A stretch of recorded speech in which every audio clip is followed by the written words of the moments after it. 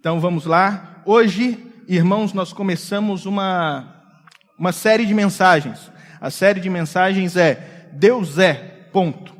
Deus é. Essa série de mensagens tem o propósito de tratarmos a respeito dos atributos de Deus. O que a Bíblia diz ou quem a Bíblia diz que Deus é. Então nós vamos tratar a respeito da essência de Deus e aquilo que a Bíblia diz que Ele é.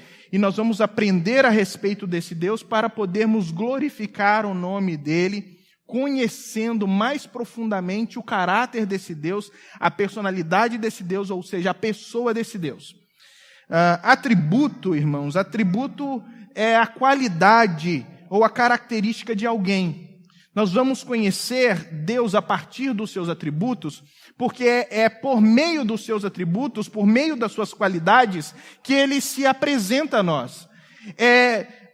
Deixando transparecer essas qualidades e características que no seu relacionamento com o ser humano, com a sua criação, que Ele vai então permitindo que nós o percebamos, que nós o conheçamos, que nós então possamos ter uma ideia a respeito da grandeza desse Deus. Quando nós falamos que vamos conhecer esse Deus, nós vamos conhecer aquilo que Ele permite que conheçamos, porque esse Deus, Ele é um Deus eterno. Um dos atributos dele é a eternidade, e por ser eterno, Ele é algo que é impossível de conhecermos plenamente.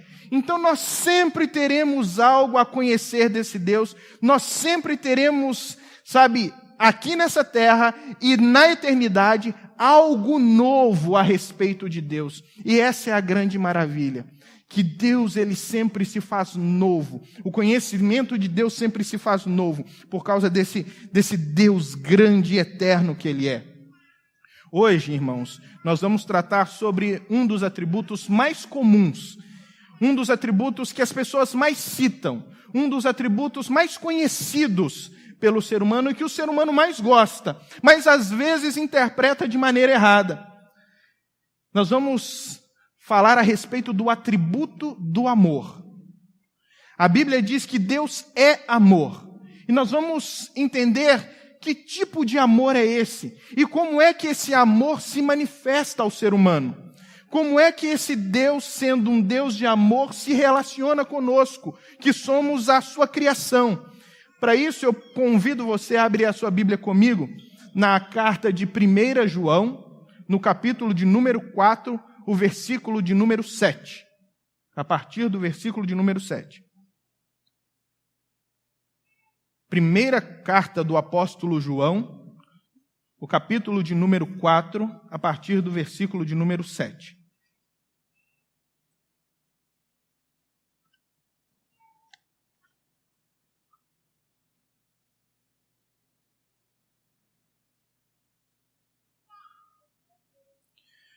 Amados, amemos uns aos outros, pois o amor procede de Deus. Aquele que ama é nascido de Deus e conhece a Deus. Quem não ama não conhece a Deus, porque Deus é amor. Foi assim que Deus manifestou o seu amor entre nós. Enviou seu Filho unigênito ao mundo para que pudéssemos viver por meio dele. Nisto consiste o amor, não em que nós tenhamos amado a Deus, mas em que Ele nos amou e enviou seu Filho como propiciação pelos nossos pecados. Amados, visto que Deus assim nos amou, nós também devemos amar uns aos outros. Até aí.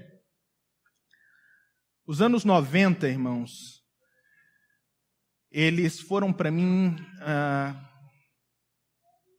muito significativos. A minha vida, ela foi repleta de intensidade nos anos 90. Eu estava ali na flor da minha adolescência. Eu havia crescido em um lar com pais separados.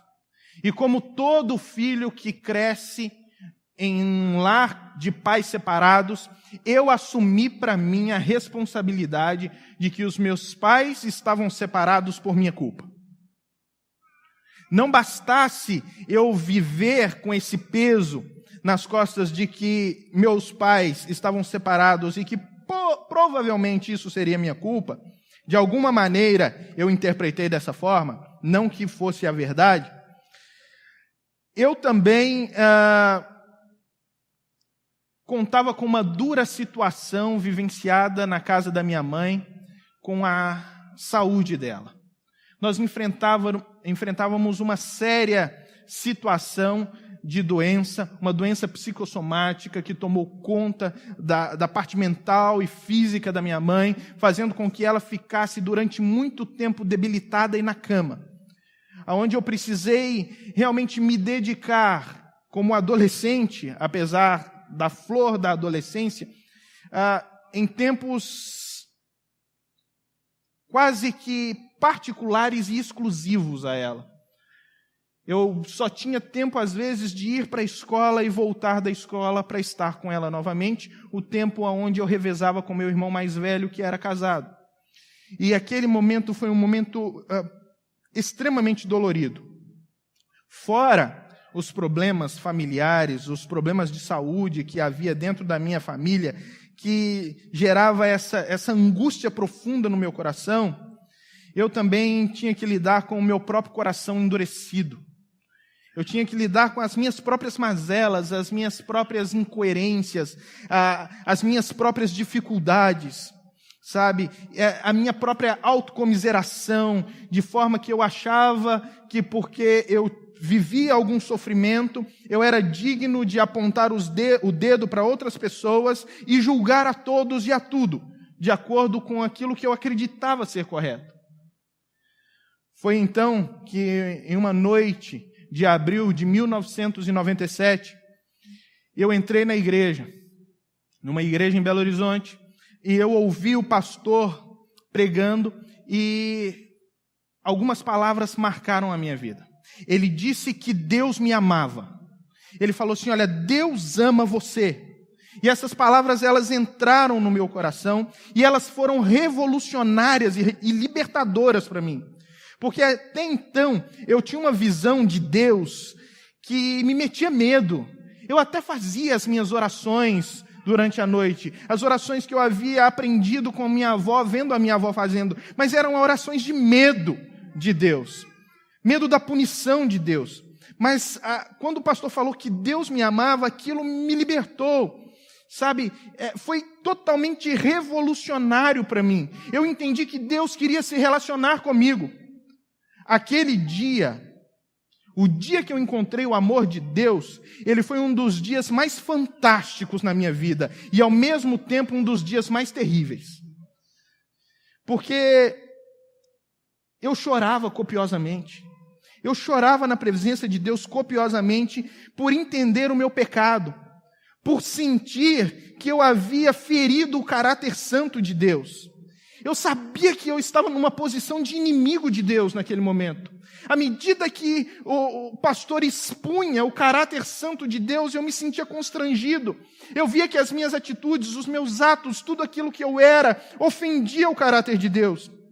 Mas ao mesmo tempo em que eu sentia profunda dor pelo meu pecado, eu sentia também um grande amparo, um cuidado com a minha vida, com a minha alma, que eu nunca havia sentido antes. E eu entendi que o amor de Deus não está isento da justiça de Deus, não está separado da justiça de Deus. Eu sinto o amor de Deus quando eu entendo que Ele morreu por mim, que Cristo morreu por mim no alto daquela cruz, Ele pagou a minha dívida, e que essa dívida que Ele pagou no alto daquela cruz era uma dívida de condenação minha, que me levava para o inferno. E que se Ele não tivesse pago essa dívida no alto da cruz, eu estaria condenado. E que amor, então, é a expressão de Deus pagando ou cumprindo a justiça no meu lugar. Esse é o grande amor de Deus. Mas qual que é a nossa noção de amor? Quando nós pensamos assim, de bate-pronto, a respeito do amor de Deus. Nossa primeira noção de amor é, na verdade, a realização dos nossos desejos. Nós entendemos que amor de Deus significa realização dos nossos desejos. Quando eu penso que Ele vai realizar os meus desejos, eu estou dizendo que, como Deus me ama, então eu vou ser bem-sucedido em todos os meus projetos. Ele vai me abençoar, Ele vai fazer com que tudo se concretize, com que tudo se realize, e tudo que eu fizer vai dar certo, porque geralmente é o que nós imaginamos. Se Deus me ama, Ele vai me fazer, é uma palavra muito utilizada hoje em dia, Ele vai me fazer prosperar. Nós pensamos também que amor de Deus significa a isenção ou a proteção contra todas as dificuldades. Que Deus vai nos livrar de todos os males, de todas as dificuldades da vida. Ou seja, se Deus me ama, se eu estou com Deus, então eu estarei livre de todas as vicissitudes da vida. Ele vai sempre me guardar de qualquer mal. É o que nós entendemos. Também entendemos que se Deus me ama, eu vou ter provisão gratuita de saúde. Ou seja, Ele sempre vai me curar de qualquer enfermidade que eu tiver. Ele sempre vai estar ali para poder me curar. Ou seja, com Deus, eu nunca vou ficar doente. E também, nós entendemos que amor de Deus significa suprimento abundante de positividade. Eu vou ser sempre positivo. Eu vou estar sempre feliz, eu vou estar sempre alegre, eu vou estar sempre satisfeito, sabe? Eu vou olhar o mundo e o mundo vai ser, sabe, todos os dias colorido para mim, e não vai ter aqueles dias que o mundo vai ser meio lusco-fusco, que o dia vai ser, sabe, meio entenebrecido, porque parece que as coisas vão ser sempre às mil maravilhas, quando eu digo que Deus me ama. Entretanto, esse tipo de amor de Deus, que é visto por nós dessa maneira, tem muito a ver com o nosso entendimento do compromisso de Deus em fazer o que eu quero, do jeito que eu quero e na hora que eu quero. O amor de Deus é como algemas que os liga ou que o liga à nossa vontade e o escraviza a nosso bel prazer e ao nosso bel querer.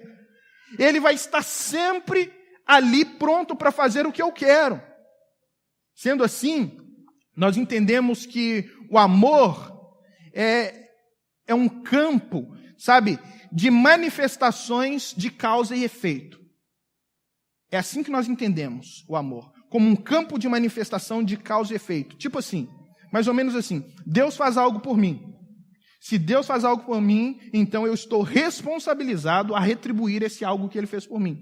Então eu vou fazer algo. Deus está fazendo coisas boas na minha vida, está tudo bem, está tudo tranquilo, sabe, as coisas estão indo bem, então eu vou fazer algo para Ele. Então o que eu vou fazer? Bom, eu vou na igreja, eu vou dizimar, ou eu vou dar uma ofertinha aqui, uma ofertinha ali, sabe? Eu vou dar a paz do Senhor para os irmãos quando eles entrarem na igreja.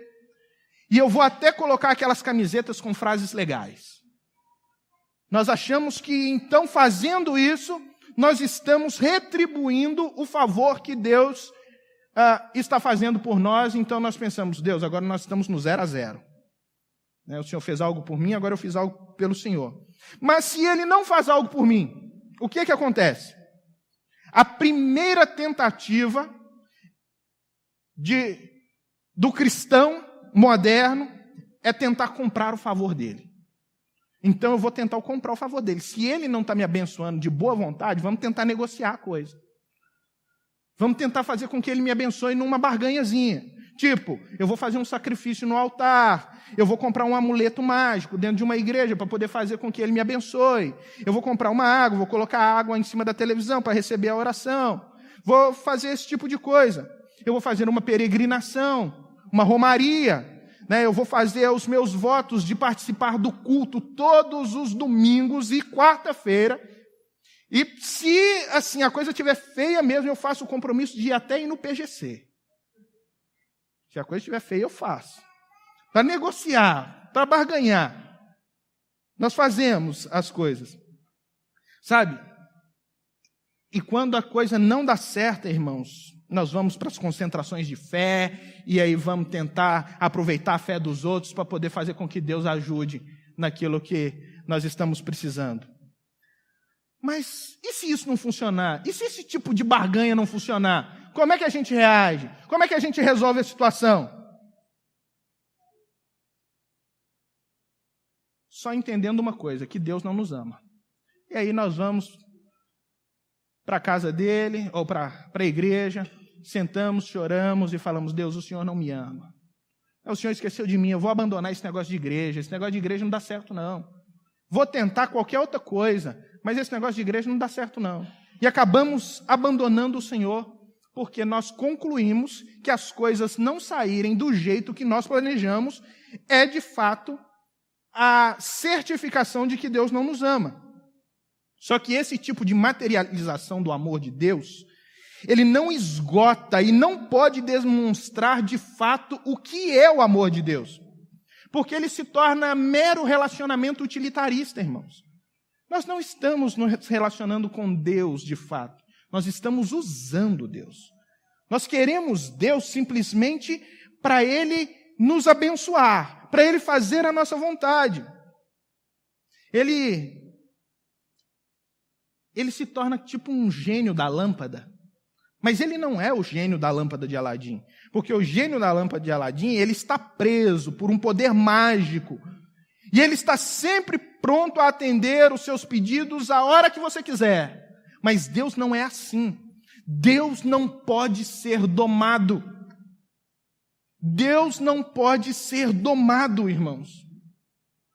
Portanto, nós precisamos entender que as Escrituras revelam Deus como nosso Pai. E é a partir do perfil de um Deus como Pai que nós entendemos o amor de Deus. Porque o perfil de Deus como Pai revela muito de como Deus age com as suas criaturas. O amor de pai é o amor compromissado com o crescimento, com o desenvolvimento do filho. O pai não dá tudo aquilo que o filho quer, porque ele sabe que se ele der tudo aquilo que o filho quer, o filho vai ter problemas no futuro. Ele vai ter um caráter preocupante. Ele não dá tudo que o filho quer. E mais, quando o filho faz pirraça, quando o filho faz a coisa errada, o pai sabe que ele tem uma responsabilidade, a responsabilidade de corrigir os seus filhos. Tudo porque existe um propósito. O propósito do crescimento, o propósito, da melhoria, do desenvolvimento do caráter da criança. Com Deus não é diferente. Deus age assim conosco. Deus promove o nosso crescimento. Deus quer que nós nos desenvolvamos. Mas às vezes nós somos como aquelas crianças mimadas e que também necessitam de correção. A Bíblia vai dizer que todo pai que ama o seu filho e tem responsabilidade para com o seu filho, ele corrige o filho. Um pai que não corrige o filho é um pai que não ama o seu filho. E assim é a maneira como Deus age conosco. Ele vai nos corrigir, Ele vai permitir que determinadas coisas aconteçam, a fim de moldar o nosso caráter, a fim de nos fortalecer, a fim de nos tornar adultos na fé. Portanto, se é assim que Deus age conosco, nós precisamos pensar de uma maneira mais profunda, que tipo de amor é esse? Como é que esse amor é expresso com profundidade? Como é que acontece a relação de amor entre Deus e a sua criação? Quando nós olhamos o texto que nós acabamos de ler, o texto de João, ele escreve a sua carta com um propósito. O propósito de João é combater as heresias, combater alguns homens que entraram nas igrejas e eles estavam pregando algumas doutrinas que não eram de fato doutrinas apostólicas, mas que corrompiam o evangelho, maculavam o evangelho. Paulo vai chamar esse evangelho de outro evangelho, porque é um evangelho, amaldiçoado, porque é uma palavra que não apresenta de fato Jesus como Filho de Deus que salva o pecador. Na verdade, esses homens contra os quais Paulo se levanta, eles fazem parte de um grupo chamado gnósticos. Gnósticos vem de uma palavra grega que é gnose, que é traduzida para o nosso idioma como conhecimento. Conhecimento. Então eles acreditavam que algum conhecimento místico e secreto poderiam levá-los a um status espiritual superior. E eles pensavam basicamente duas coisas. Eles acreditavam basicamente em duas coisas. A primeira, impureza da matéria. Ou seja, toda matéria é impura. O mundo criado, as coisas criadas, elas são criadas, mas na verdade existe uma maldade por trás da criação. E o objetivo do homem é se ver livre dessa criação. Se a matéria que nos envolve é má, não é só a criação externa a nós, mas a nossa própria matéria, o nosso próprio corpo se torna mal. A nossa carne é má. Era assim que eles entendiam. E se eles entendiam a fé ou a matéria como algo mal, eles tinham um sério problema com a encarnação de Jesus. Porque Jesus encarnou como um homem. Ele veio como um homem, em matéria.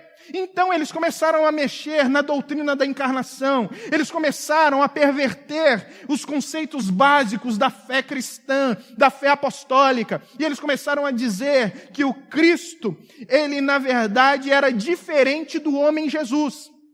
Que o que aconteceu foi que José e Maria, eles tiveram relação como qualquer homem.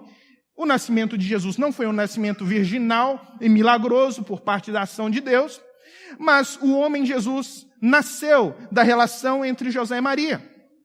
E esse menino, ele se desenvolveu e ele cresceu e ele foi um homem bom. Ele foi um homem incomum, um homem à frente do seu tempo em pureza e santidade.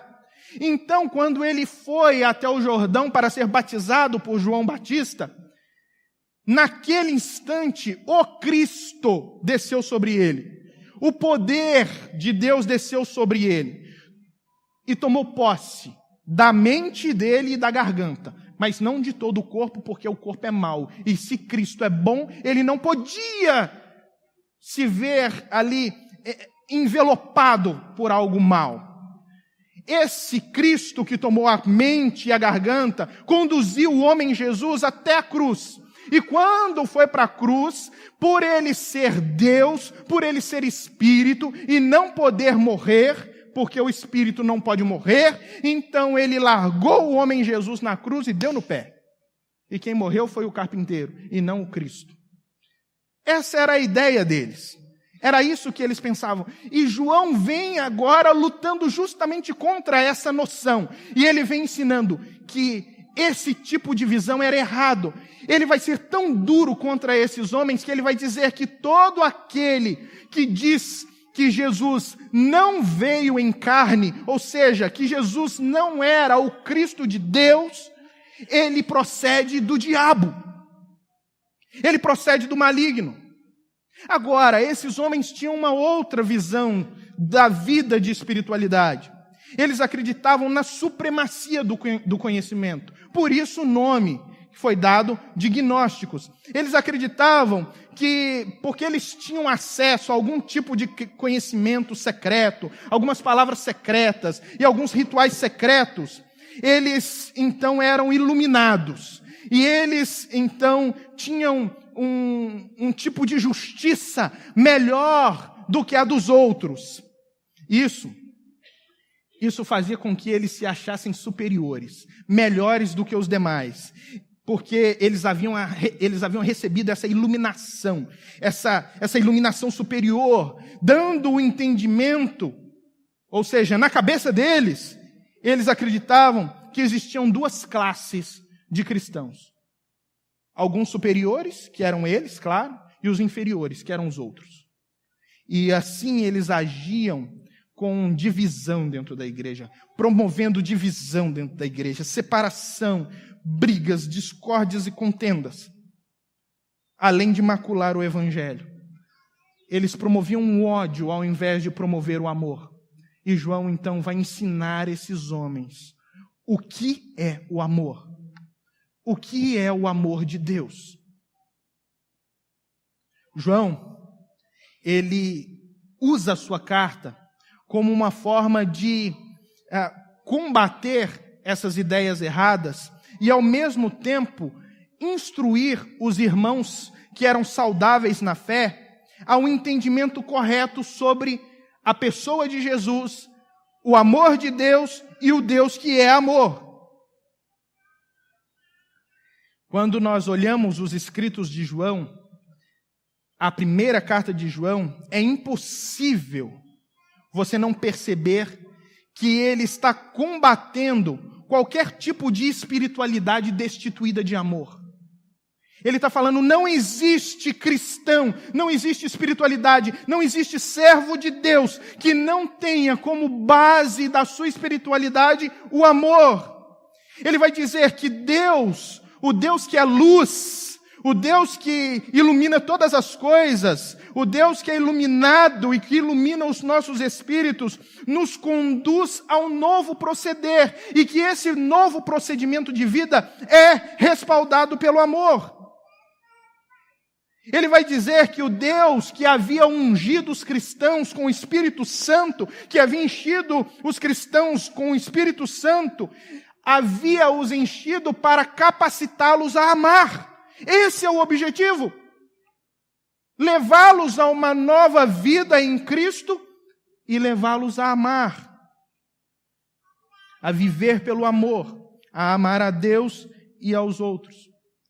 Então ele começa aqui no capítulo 4, escrevendo no versículo 7, o seguinte: amados. E aí ele já começa a exercer aquilo que ele está ensinando. Não são pessoas quaisquer, são pessoas que ele ama. Ele está dizendo amados. Não são apenas irmãos, não são apenas ouvintes, não são apenas pessoas com as quais ele está tentando se comunicar. São pessoas que ele ama profundamente. Então ele está dizendo, eu ensino o amor a vocês porque eu amo vocês. Então ele diz, amados, amemos uns aos outros, pois o amor procede de Deus. Aquele que ama é nascido de Deus e conhece a Deus. Ele está dizendo, amemos. Meus amados, nós devemos amar os outros. Ele coloca os seus leitores, sabe, diante de uma expressão aberta de que a espiritualidade deles dependia da manifestação do amor. Amados, nós precisamos amar uns aos outros. Nós não podemos viver sem amar uns aos outros. Sabe por que nós não podemos viver sem amar uns aos outros? Porque Deus é a origem de todo o amor. O amor nasce em Deus. O amor genuíno, o amor puro, ele nasce em Deus. Nós podemos ter muitas atitudes, nós podemos fazer muitas coisas, mas se nós não tivermos amor, tudo perde o sentido. Paulo, escrevendo aos Coríntios, na sua primeira carta, no capítulo 13, ele vai dizer, ainda que eu falasse a língua dos homens e dos anjos, se não tivesse amor, seria como o metal que soa e o sino que retine. Ainda que eu tivesse o dom de profetizar, ainda que eu conhecesse toda a ciência, ainda que eu desse o meu corpo para ser queimado em favor de alguém, ou desse os meus bens para suprir alguém, se não tivesse amor, nada seria. Ele vai dizer que o amor é bondoso, o amor não se ufana, não se ensoberbece, não arde em ciúmes, não se ressente do mal, não trata com leviandade, tudo crê, tudo sofre, tudo espera e tudo suporta. Ele diz, olha, o amor nunca acaba. Ou seja, não há como o cristão viver sem experimentar do amor. Porque se ele está experimentando de Deus, e Deus é amor, logo a vida dele precisa ser repleta de amor, para ser repleta de Deus. É em Deus que existe a origem do amor verdadeiro. Ele vai dizer que todo aquele que ama é nascido de Deus. Portanto, ele está dizendo, olha, todo aquele que ama, todo aquele que está experimentando o amor e que ama o próximo, ele se torna filho de Deus. Ele se torna filho de Deus porque o filho é aquele que naturalmente herda características do pai. E uma das características de Deus para os seus filhos que eles herdam é justamente o amor. Se nós não estamos amando, é porque nós não estamos recebendo do amor de Deus, então nós não somos filhos de Deus. Também ele vai dizer que aquele que não ama não conhece a Deus. Ele está usando aqui a visão de um amigo, a comparação como um amigo que compartilha com o outro. E quando um amigo compartilha com o outro, ele compartilha mais do que simples informações, mais do que simples conversas. Ele compartilha a si mesmo. É isso que um amigo faz. E quando você compartilha a si mesmo com outras pessoas, você compartilha com seus amigos traços comportamentais. Você pode ver que amigos muito chegados, amigos muito próximos, eles falam parecido, sabe? Eles gostam das mesmas coisas, eles fazem atividades juntos porque gostam das mesmas atividades, sabe? Eles têm coisas em comum. Então, uma das coisas em comum que nós temos com Deus como cristãos é justamente o amor. Se nós não amamos o próximo, então nós não temos nada em comum com Deus. Nós não temos nada em comum com o ser divino. Ele continua a sua orientação no versículo 8, dizendo: quem não ama não conhece a Deus. Ele conclui o seu pensamento. Se você não ama, então você não conhece a Deus. Essa é a forma negativa daquilo que ele estava falando no versículo 7. É a afirmação para que não ficasse nenhuma dúvida de que se nós não experimentamos do amor, se nós não estamos amando as pessoas como devemos amar as pessoas, então, irmãos, nós também não temos nenhum tipo de conhecimento de Deus, nós não temos nenhum tipo de relacionamento com Deus. Não tem relacionamento com Ele, porque não compartilha com Ele como um amigo compartilha com o outro naturalmente dos seus traços comportamentais. O amor não é apenas boas atitudes. O amor não é apenas bons sentimentos. O amor não é apenas, compartilhar bons valores. Não. O amor aqui é a essência de Deus. É a essência de Deus, porque ele vai continuar no capítulo 8, no versículo 8, dizendo: não conhece a Deus, porque Deus é amor. E aí ele vai dizer que Deus é amor, Deus não tem amor. Não é uma coisa como nós. Deus não é uma coisa como nós, não é alguém como nós. Nós temos amor, nós aprendemos a amar, nós desenvolvemos o amor. Deus não, Deus é amor, na sua essência, naquilo que Ele é amor, tudo o que Ele faz é respaldado pelo amor. Todos os seus projetos são projetados a partir do amor, todas as suas ações são ações de amor. Tudo o que Deus faz em nós, por nós, é por amor. Esse é o grande amor de Deus. Amor é a essência de Deus. E quando ele fala Deus é amor, irmãos, pensa comigo, isso é revolucionário. Isso revolucionou a minha vida. Isso pode revolucionar a sua vida. E isso revolucionou a história da espiritualidade. Porque, até então, os antigos interpretavam Deus a partir de uma noção diferente. Eles interpretavam Deus como o Deus do Antigo Testamento. O Deus do Antigo Testamento é o Deus criador de todas as coisas. É o Deus santo. É o Deus todo-poderoso. E o Deus todo-poderoso, ele mete medo. Quando você enxerga só o Deus Todo-Poderoso, ele dá medo na gente. Porque ele pode todas as coisas, ele faz todas as coisas, e quem é que vai nos livrar da mão desse Deus que pode fazer todas as coisas? Se nós não ligarmos o caráter desse Deus Todo-Poderoso a um caráter de amor, nós temos medo. Medo desse Deus Todo-Poderoso. É por isso que, no decorrer da espiritualidade ou da busca pela religião, nós vemos os povos imbuídos na tentativa de aplacar a ira das divindades. Existem sacrifícios, eles fazem, rituais, de todas as formas, para poder aplacar a ira dos seus deuses. Porque deuses poderosos, eles dão medo.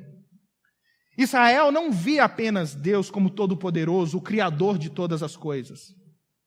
Ele não via Israel não via Deus simplesmente como aquele que pode fazer o que quiser. Ele via aquele Deus que pode fazer o que quiser, mas era um Deus moral. Um Deus moral. Um Deus ético. Um Deus correto. Um Deus justo. E sabe qual que é o problema de você ter um Deus que é todo-poderoso e justo? O Deus que é todo-poderoso e justo, quando Ele olha para você, vendo que você é transgressor da lei, vendo que você é aquele que transgrediu seus mandamentos, então Ele vai usar de justiça para com você e vai te punir. Porque justiça exige sentença. E a sentença de todos nós é a morte. A sentença para cada um de nós aqui é a morte e o inferno. É só isso. Mas Deus, com a sua revelação progressiva nas Escrituras, vem demonstrando o seu caráter de amor. E agora, em Jesus Cristo, Ele, contra todas as expectativas, apresenta Deus como Pai. Ele não é só o Deus Todo-Poderoso, justo, santo do Antigo Testamento. Ele é o Deus Todo-Poderoso, justo, santo do Antigo Testamento, mas Ele entende e nos ensina que justiça se faz com amor. E não simplesmente com punição, mas com amor. E que Ele não é menos justo porque nos ama.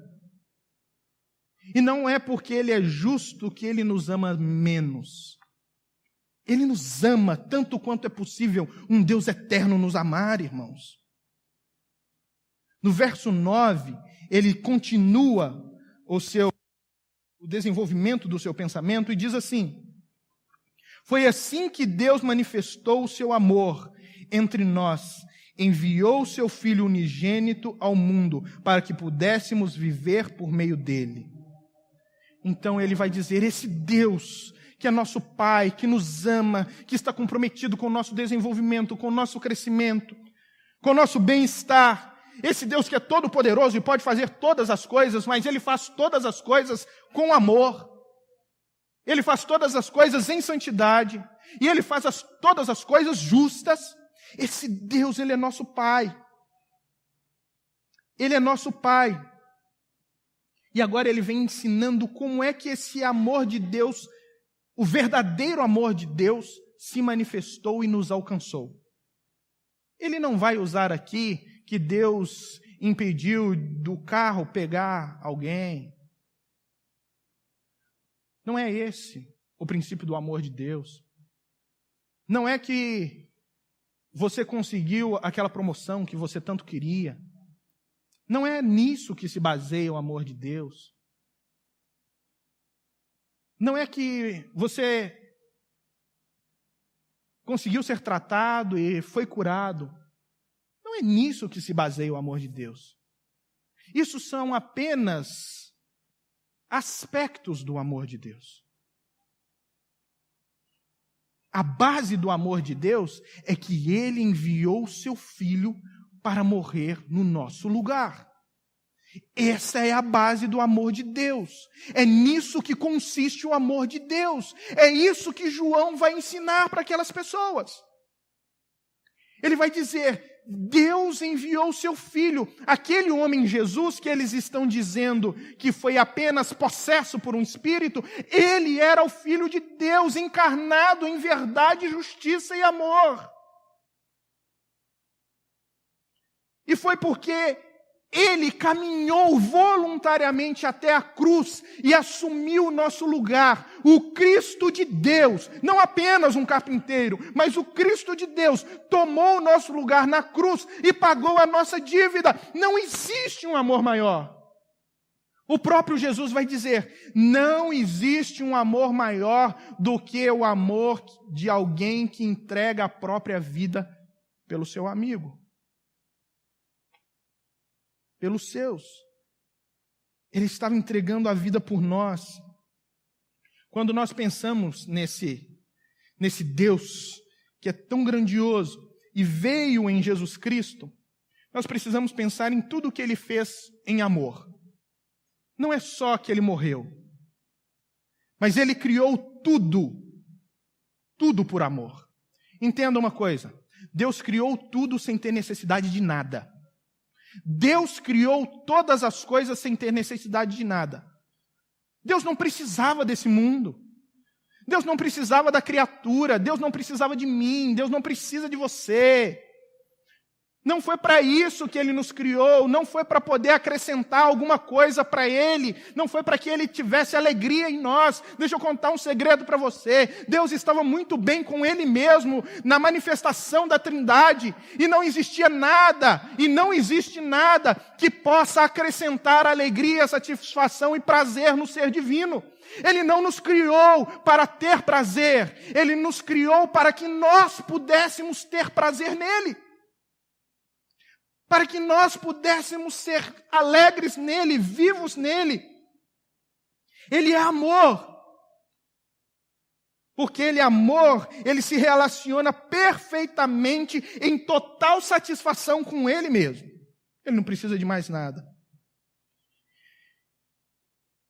Ele não cria, Ele não faz nada.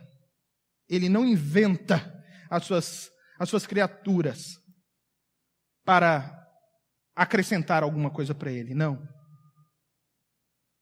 O amor dele é totalmente despretensioso. Totalmente despretensioso. Não é para Ele ter. É para que nós tenhamos. Nós fomos criados, segundo a Confissão de Fé de Westminster, nós fomos criados para a glória de Deus e para desfrutar dele eternamente.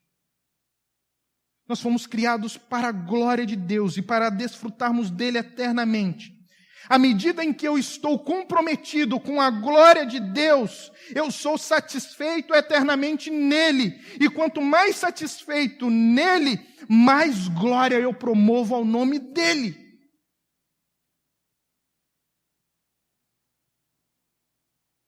Eu só consigo satisfação, eu só consigo prazer, eu só consigo entender o sentido da vida quando eu olho para Deus. Quando eu encontro a resposta da vida nele. Porque Ele nos criou para isso, irmãos. Para isso. Em segundo lugar, quando nós pensamos no amor manifesto de Deus, nós precisamos entender que Ele conduziu a história para reconduzir os rebeldes a uma reconciliação. Entenda, lá no Éden, o homem pecou, o homem caiu, ele rompeu com Deus, ele abandonou a Deus, ele virou as costas para Deus. E no Éden, em Adão e Eva, nós fizemos a mesma coisa. Nós nos rebelamos contra Deus. Todos nós passamos a ser escravos do pecado. A Bíblia diz que nós nos tornamos espiritualmente mortos. Nós não temos como buscar a Deus, nós não temos como chegar a Deus, nós não temos nem vontade de buscar Deus. Essa é a grande situação da humanidade pós-queda. Nós viramos totalmente as costas para Ele e abandonamos. Mas esse Deus, que é amoroso e que criou todas as coisas despretensiosamente, Ele vai olhar para o homem caído e Ele vai dizer, eu não vou deixar o homem nessa situação. Eu não vou deixá-los nessa situação. Eu vou salvá-los. E na salvação Ele olha e diz, mas a minha justiça me obriga a condenar. Porque ser justo é dar a sentença justa. E a sentença justa para mim e para você é a condenação. E Ele disse então, Só existe uma maneira de suprir a justiça e demonstrar o amor. E ele chamou isso de cruz. Na cruz, alguém paga o preço. Alguém morre pela humanidade. Na cruz, toda a punição que era para mim, que era para estar sobre a minha vida, que era para estar sobre a sua vida, foi lançada sobre a vida de Jesus, sobre o próprio Cristo naquele momento. A justiça foi feita nele, ao mesmo tempo em que nós podemos olhar para a cruz e para o Cristo crucificado e encontrar todo o amor de Deus. Porque nele nós encontramos redenção, reconciliação. Nós fomos, então, chamados pela cruz. Chamados de volta a essa reconciliação pela cruz. E Deus conduziu toda a história da humanidade. Toda a história da humanidade para um ápice, para o ápice da cruz. Na cruz, Deus demonstra todo o seu amor. Ele reconcilia consigo os pecadores. Ele reconcilia consigo os seus inimigos. Nós éramos inimigos dele. E agora, na cruz, ele está reconciliando a todos nós. O unigênito, o único Filho de Deus, morre para dar a vida aos que estavam mortos. Porque todos nós, quando nos afastamos de Deus, nos encontramos mortos espiritualmente. Como que ele faz isso? Pagando a dívida que era nossa. E restabelecendo novamente o nosso relacionamento perdido. A ponto de podermos chamar o nosso Deus de Pai. Enquanto, irmãos, a origem do amor está no ser de Deus, a manifestação do amor está na pessoa de Cristo. No versículo 10, ele continua dizendo: nisso consiste o amor. Não em que nós tenhamos amado a Deus, mas em que Ele nos amou e enviou seu Filho como propiciação pelos nossos pecados. Ele vai falar assim: o amor de Deus está aí. É nisso que vocês precisam atentar. É para isso que vocês precisam olhar. É a conclusão óbvia que ele chega. E que muitas vezes nós não chegamos. Que a manifestação do amor de Deus está justamente em Cristo se entregando em nosso favor. E ele se entrega como propiciação. Propiciação é aquela oferta que é paga para apaziguar a ira de Deus, ou reconciliar Deus com o pecador. Era isso que ele estava fazendo. Essa é a forma de João dizer que nós nunca nos chegaríamos a Deus se ele não tivesse se chegado a nós. Ele vai falar assim: o amor não consiste em nós termos amado a Deus. Não foi você que amou a Deus. O crédito não está em você. O crédito não está em mim. O crédito está nele. Se você ama a Deus, e eu creio que você ama, você só ama a Deus porque Deus, em primeiro lugar, amou você. Se você vive na presença de Deus, se você vive para Deus, não é porque você optou simplesmente um dia maravilhoso e falou: uau, legal, vou servir a Deus agora. É porque Deus em Cristo Jesus chamou você pela graça dele, conduzindo você pela mão e pelo seu espírito até os pés da cruz, para que você experimentasse salvação e redenção, para viver de novo na presença de Deus, como filhos amados na mesa do Pai. A única forma de experimentarmos o amor verdadeiro nesse mundo, a única maneira de experimentarmos amor genuíno nesse mundo, é através da cruz de Cristo. É olhando para a cruz de Cristo. É nos constrangendo diante da cruz de Cristo. Então, se é olhando para Cristo e constrangidos por esse grande amor de Deus, que nós devemos viver a nossa espiritualidade, João vai concluir de maneira magnífica o seu pensamento. Ele vai dizer no versículo 11: Amados, visto que Deus assim nos amou, nós também devemos amar uns aos outros. Irmãos, se Deus nos amou assim, se Deus nos amou de tal forma, como diz o próprio João no seu evangelho, em João 3,16, o versículo mais conhecido da cristandade, porque Deus amou o mundo de tal maneira que deu seu Filho unigênito para que todo aquele que nele crê não pereça, mas tenha a vida eterna. Se Deus amou o mundo de tal maneira, como nós vimos aqui hoje, nós não temos motivo algum para não amarmos o nosso próximo, para não amarmos o nosso vizinho, para vivermos em discórdia, em brigas, em discussões, em facções. Nós não temos motivos para isso. Pelo contrário, nós precisamos nos inspirar em Deus. Nós precisamos olhar para Cristo e nos inspirar na atitude salvadora dele e vivermos em unidade, manifestando o amor sempre a tudo e a todos, para a glória do nome dele. A fé em Cristo, a fé que você diz ter em Cristo, a fé que eu digo ter em Cristo, precisa ser manifesta às outras pessoas através do amor. Precisa ganhar corpo através do amor. Corpo através de atitudes de amor. Corpo através da expressão maior do próprio Deus em nós, que é o amor. Conhecimento genuíno de Cristo, irmãos, quando nós conhecemos genuinamente a pessoa de Jesus, isso promove algo fantástico, promove unidade na diversidade. E unidade na diversidade é coisa absurda. Unidade na diversidade é coisa absurda.